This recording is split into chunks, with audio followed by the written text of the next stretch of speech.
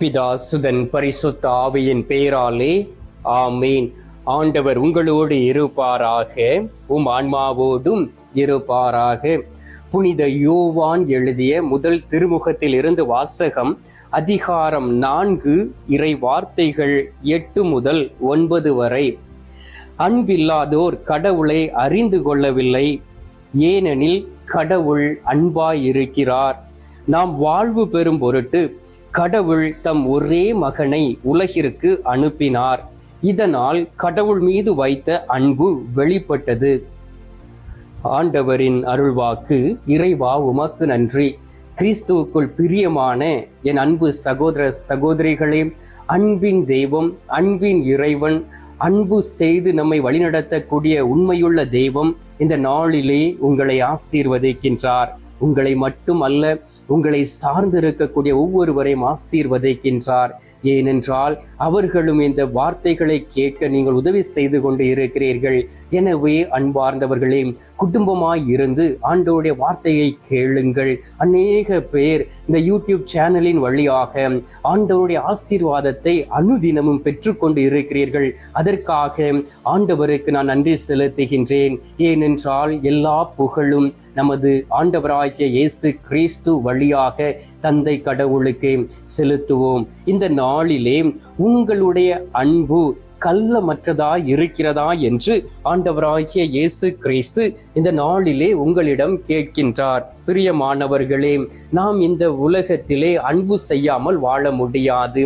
எப்படி என்றாலும் யாரையாவது ஒருவரை நாம் தேர்ந்தெடுத்துக் கொள்வோம், அவரை அன்பு செய்வோம், அவரோடு நாம் எல்லா காரியங்களையும் பகிர்ந்து கொள்வோம். தன்னுடைய பர்சனல் மேட்டரை கூட அவர்கள் பகிர்ந்து கொள்வார்கள்.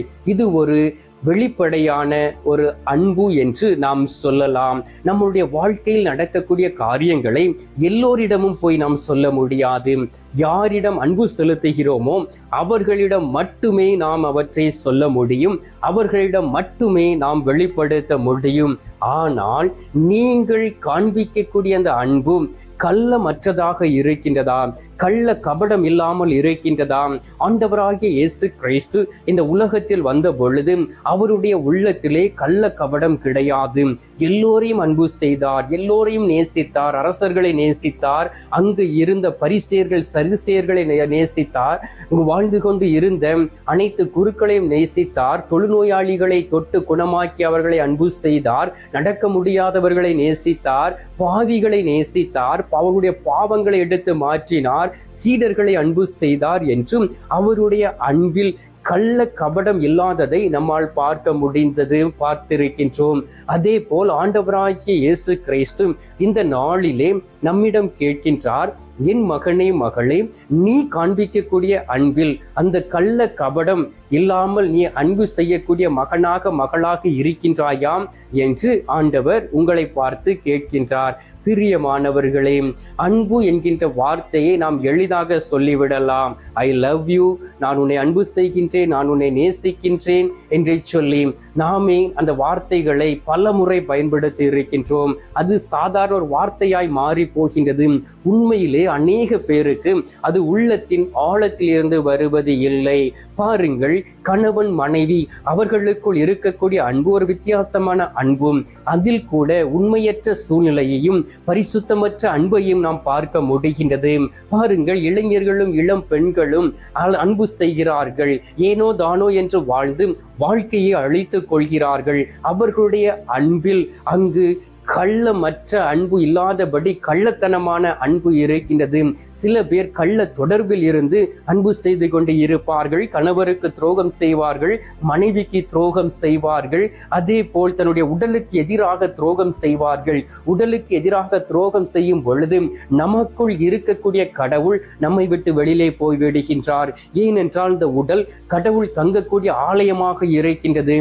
கடவுள் நம்முடைய உள்ளத்தில் தங்க விருப்பப்படுகிறபடியினால் விருப்பப்படுகிறபடியினால், கடவுள் நம்மோடு குடியிருக்க விருப்பப்படுகிறபடியினால், ஆண்டவர் நம்மோடு தங்க அவர் விருப்பப்பட்டு இந்த பரிசுத்தமற்ற இந்த உடலை பரிசுத்தமாக மாற்றுகின்றார்.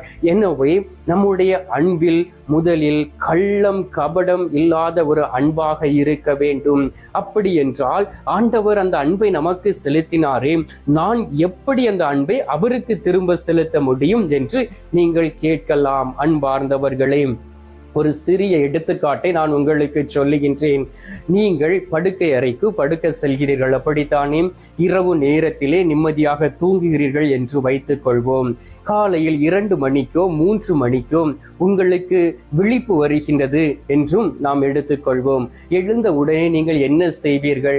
உடனடியாக என்னால் தூங்க முடியவில்லையே, ஏன் எனக்கு இப்படி இருக்கிறது என்று சொல்லி நீங்கள் நினைப்பீர்கள். சில பேர் அப்படியே தூங்காமலே கழிப்பார்கள். அன்பார்ந்தவர்களே, ஒருவேளை அந்த நேரம் உங்களுடைய ஜெப நேரமாக இருக்கலாம். நீங்கள் கடவுள் மீது அன்பு வைக்கும் பொழுது அவர் அதிகாலையிலே உங்களை தட்டி எழுப்புகின்றார். வா என் மகனே மகளே, உன்னோடு நான் சிறிது நேரம் பேச வேண்டும், என்னோடு நீ பேசுவாயா என்று அவர் எதிர்பார்க்கின்றார். அந்த நேரத்தை நீங்கள் ஜெப நேரமாய் மாற்றி பாருங்கள். அதுதான் நீங்கள் கள்ள கபடமற்ற ஒரு அன்பை ஆண்டவருக்கு செலுத்தக்கூடியவதாக இருக்க முடியும். அன்பார்ந்தவர்களே, எனவே தான் ஆண்டவர் சொல்லுகின்றார் பாருங்கள், உரோமையர் 12வது அதிகாரம் 9வது இறை வார்த்தையில் சொல்லப்பட்டு இருக்கின்றது, உங்கள் அன்பு கள்ளமற்றதாக இருப்பதாக, தீமையை வெறுத்து நன்மையை பற்றி கொள்ளுங்கள் என்று ஆண்டவர் சொல்லுகின்றார். அப்படி என்றால் ஆண்டவருக்கு தெரியும் நம்மளுடைய அன்பில் உண்மை இல்லை. பாருங்கள், ஆண்டவராகிய இயேசு கிறிஸ்துவோடு தான் யூதாஸ் இஸ்காரியோத்தும் இருந்தார். ஆண்டவராகிய இயேசு கிறிஸ்துவை அவர் உண்மையிலே அன்பு செய்திருந்தார், அவரை காட்டி கொடுத்திருக்க மாட்டார். ஆம் பிரியமானவர்களே, நாம் எத்தனை பேரை காட்டி கொடுத்திருக்கின்றோம், எத்தனை பேருடைய வாழ்க்கையில் விளையாடி இருக்கின்றோம், எத்தனை பேருடைய வேலையில் நாம் உழை வைத்து இருக்கின்றோம். நாம் முன்னேற வேண்டும், நான் சம்பாதிக்க வேண்டும், நான் பெரிய பணக்காரனாக மாற வேண்டும், என்னிடம் தான் எல்லாம் இருக்க வேண்டும், நான் பெரிய அதிகாரம் படைத்தவனாக இருக்க வேண்டும் என்று சொல்லி எத்தனை பேர் இந்த உலகத்தில் வாழ்ந்து கொண்டு இருக்கிறார்கள். நீங்கள் பார்த்து இருக்கலாம். அன்பார்ந்தவர்களே, அப்படிப்பட்டவருடைய வாழ்க்கை நெடுநாள் நீடிக்காது. எனவே தான் ஆண்டவராகிய இயேசு கிறிஸ்துவை தேடி வரும் பொழுது நீங்கள் உங்களுடைய உள்ளத்தின் ஆழத்தில் இருந்து உங்களுடைய அன்பை கொட்டக்கூடியவர்களாக இருக்க வேண்டும். நீங்கள் உங்களுடைய அன்பை அவரிடம் வெளிப்படுத்தி பாருங்கள், அவரை நேசித்து பாருங்கள், அவரோடு உறவாடி பாருங்கள், அவர் எவ்வளவு இனிமையானவர் என்பதை சுவைத்து பாருங்கள். அப்பொழுதுதான் நீங்கள் அவருடைய அன்பை புரிந்து கொள்ள முடியும். தந்தையருடைய அன்பை பாருங்கள். யோவான் நற்செய்தி 3வது அதிகாரம் 16வது இறை வார்த்தையில் சொல்லப்பட்டு இருக்கின்றது, தன் ஒரே மகன் மீது நம்பிக்கை கொள்ளும் எவரும் அழியாமல் நிலை வாழ்வை பெறும் பொருட்டு அந்த மகனையே இந்த உலகத்திற்கு அழிக்குமாறு கடவுள் உலகின் மீது அன்பு கூர்ந்தார் என்று சொல்லப்பட்டு இருக்கின்றது. எத்தனை பேர் உங்களுடைய ஒரே பேரான மகனை கடவுளுக்காக கொடுப்பீர்கள்? எத்தனை பேர் உண்மையிலே என்னுடைய மகள் ஒரு நல்ல ஒரு அருட்சகோதரியாக இருக்க வேண்டும், என்னுடைய மகன் நல்ல ஒரு குருவானவராக வர வேண்டும் என்று சொல்லி எத்தனை தாய்மார்கள் உண்மையிலும் உண்மையுமாக தன்னுடைய பிள்ளைகளை அர்ப்பணித்து ஜெபிப்பீர்கள்? மிகவும் குறைவு அன்பார்ந்தவர்களே. இதில் உங்களுடைய அன்பு வெளிப்பட்டுவிடும். உங்களுக்கு உண்மையான அன்பு இல்லை. உங்களுக்காக ஆண்டவராய் இயேசு கிறிஸ்து மரித்தார், அவரிடம் வந்து நீங்கள் ஜெபித்து எல்லாவற்றையும் பெற்றுக்கொள்கிறீர்கள். ஆனால் உங்களுடைய பிள்ளையை ஆண்டவருடைய பணிக்கு கொடுக்க நீங்கள் தயங்குகிறீர்கள் என்றால் உங்களிடம் அந்த உண்மையான அன்பு இல்லை. நீங்கள் உண்மையாக ஆண்டவரை நேசிக்கவில்லை. ஆண்டவருடைய இரக்கத்தையும் அருளையும் நீங்கள் புரிந்து கொள்ளவில்லை. திருப்பாடல்கள் 103வது அதிகாரம் 8வது இறை வார்த்தையில் சொல்லப்பட்டு இருக்கின்றது, ஆண்டவர் இரக்கமும் அருளும் கொண்டவர், நீடிய பொறுமையும் பேரன்பும் உள்ளவர் என்று சொல்லப்பட்டு இருக்கின்றது. நம் ஆண்டவராகிய இயேசு கிறிஸ்து நீடிய பொறுமையும் சாந்தமும் உள்ளவராய் இருக்கின்றார். உங்கள் மீது இரக்கம் கொண்டபடியினால் இந்த நாளிலே நீங்கள் வாழ்ந்து கொண்டு இருக்கிறீர்கள். அல்லேலூயா, அல்லேலூயா. பாருங்கள், இந்த நாளில் நீங்களும் நானும் இந்த உலகத்தில் உயிரோடு இருக்கிறதற்கு ஒரே காரணம் அவர் நம் மீது கொண்டிருக்கக்கூடிய பற்று, அந்த மாறாத அன்பு, ஆம் அன்பார்ந்தவர்களே, நினிவே மக்களை ஆண்டவர் அழிக்க வேண்டும் என்று முடிவெடுத்தார். யோனாவை அனுப்பினார். அந்த மக்கள் மனம் மாறிய உடனே அங்கு நடந்தது என்ன? ஆண்டவர் தன்னுடைய மனதை மாற்றிக்கொண்டார். ஏனென்றால் அவர்களையும் படைத்தது நம் ஆண்டவர் தான். எனவே தான் ஒவ்வொரு நாளும் பொறுமை உள்ள அந்த ஆண்டவராகிய இயேசு கிறிஸ்துவை நாம் ஏற்றுக்கொண்டு நாம் வாழ வேண்டும். பிலிப்பியர் 2வது அதிகாரம் 8வது வார்த்தையில் சொல்லப்பட்டு இருக்கின்றது, சாவை ஏற்கும் அளவுக்கு, அதுவும் சிலுவை சாவை ஏற்கும் அளவுக்கு அவர் கீழ்ப்படிந்து தம்மையே தாழ்த்தி கொண்டார். நீங்கள் உங்களை தாழ்த்தி இருக்கிறீர்களா? ஆண்டவருக்கு முன்பாக வந்து பெருமை பேசி இருக்கிறீர்கள். ஆண்டவருடைய பணியை கோயிலில் செய்யக்கூடிய வேளையிலே நீங்கள் பெருமையோடு இருக்கிறீர்கள். என்னுடைய குடும்பம் வர வேண்டும், என்னுடைய பிள்ளைகள் தான் தலைவராக வர வேண்டும், என்னுடைய பிள்ளைகள் தான் பொறுப்பாளராக இருக்க வேண்டும் என்று சொல்லி எத்தனை பேர் பெருமையோடும் தற்பெருமையோடும் அலைந்து திரிந்து கொண்டு கடவுளுடைய அருளையும் ஆசீர்வாதத்தையும் இழந்து போய் இருக்கிறீர்கள். அன்பார்ந்தவர்களே, கடவுளோடு விளையாடாதீர்கள். உங்களுடைய அன்பு கள்ளமற்றதாய் இருப்பதாக.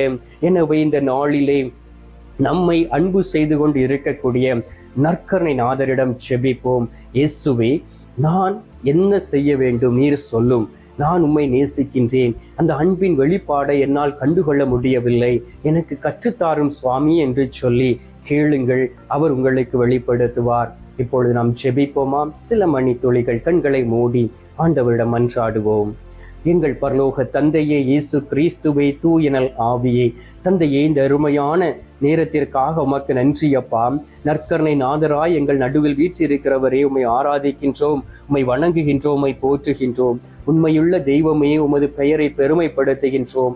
ஒவ்வொரு நாளும் உமது பணிக்காக பிள்ளைகளை தேர்ந்தெடுத்து அவர்கள் வழியாக பேசிக்கொண்டு இருக்கிறவரே, உமக்கு நன்றி. ஆண்டவராகிய இயேசு கிறிஸ்துவே, உமது மாறாத கள்ளமற்ற அந்த அன்பை கல்வாரி சிலுவையிலே வெளிப்படுத்தினீரே. ஆனால் தகப்பனே, நாங்கள் கள்ளத்தனத்தோடு அன்பு செய்கின்றோம். எங்களுடைய அன்பில் உண்மை இல்லை, எங்களுடைய அன்பில் கலப்படம் இருக்கின்றது, எங்களுடைய அன்பில் தீமை இருக்கின்றது. இந்த நாளிலே இப்படிப்பட்ட அன்பை நாங்கள் வெளிப்படுத்தாதபடி உண்மையான ஒரு அன்போடு உம்மை நேசிக்கவும் உண்மையுள்ள பிள்ளைகளாய் நடக்க நீர் எங்களோடு கடந்து வருவீராக. உமது இரக்கமும் அருளும் எங்களோடும் குடும்பத்தோடும் இருப்பனவாக. நீடிய பொறுமையுள்ள தெய்வமே, உமது பொறுமையினால் எங்களை வழிநடத்துகின்றீர். ஆண்டவரே, நீர் உலகின் மீது அன்பு கொண்டபடியினால் உமது ஒரே பேரான மகனை அனுப்பினீரே. அவர் வழியாக நிலை வாழ்வை பெற்றிருக்கிறோமே. தொடர்ந்து நாங்கள் உமோடு ஒன்றித்திருக்க எங்களுக்கு அருள் புரியும் சுவாமி. இந்த நேரத்திலே நீர் எங்களுடைய ஜெபத்தை கேட்டதற்காக உமக்கு நன்றி. ஜெபத்தை கேட்டு பதில் தந்திருப்பதற்காக உமக்கு ஸ்தோத்திரம், ஸ்தோத்திரம், ஸ்தோத்திரம். மீட்பெரும் இரட்சகருமான இயேசுவின் திருக்கரத்தில் ஒப்பு கொடுத்து எங்கள் தாய் கன்னி மரியாள் வழியாக ஜெபிக்கின்றேன். அன்பு தந்தையே, ஆமீன். பரலோகத்தில் இருக்கிற எங்கள் பிதாவே, உம்முடைய நாமம் அர்ச்சிக்கப்படுவதாக. உமது ராஜ்யம் வருக. உமது சித்தம் பரலோகத்தில் செய்யப்படுவது போல பூலோகத்திலும் செய்யப்படுவதாக. எங்கள் அணுகின உணவை எங்களுக்கு இன்று அளித்தருளும். எங்களுக்கு தீமை செய்கிறவர்களை நாங்கள் பொறுப்பது போல எங்கள் பாவங்களை பொறுத்தருளும். எங்களை சோதனை விழவிடாதையும் தீமையில் இருந்து எங்களை ரட்சித்தருளும். ஆமேன். அருள் நிறைந்த மரியே வாழ்க. கர்த்தர் உடனே பெண்களுக்குள் ஆசீர்வதிக்கப்பட்டவள் நீரே. உம்முடைய திரு வயிற்றின் கனியாகிய இயேசும் ஆசீர்வதிக்கப்பட்டவரே. அஜிஷ்ட மரியே, சர்வேசுடைய மாதாவே, பாவிகளா இருக்கிற எங்களுக்காக இப்பொழுதும் எங்கள் மரண நேரத்திலும் வேண்டிக் கொள்ளும். ஆமீன். பிதாவுக்கும் சுதனுக்கும் பரிசுத்த ஆவிக்கும் மகிமை உண்டாவதாக. ஆதியில் இருந்தது போல இப்பொழுதும் எப்பொழுதும் என்றென்றும் இருப்பதாக. ஆமீன். அன்பார்ந்தவர்களே, ஆண்டவர் நம்மை நேசிக்கின்றார். அவர் அன்புள்ள தெய்வம். அதே போல் நாமும் அவரை அன்பு செலுத்துவோம். அவருடைய அருளையும் இரக்கத்தையும் இப்பொழுது நாம் பெற்றுக்கொள்வோம்.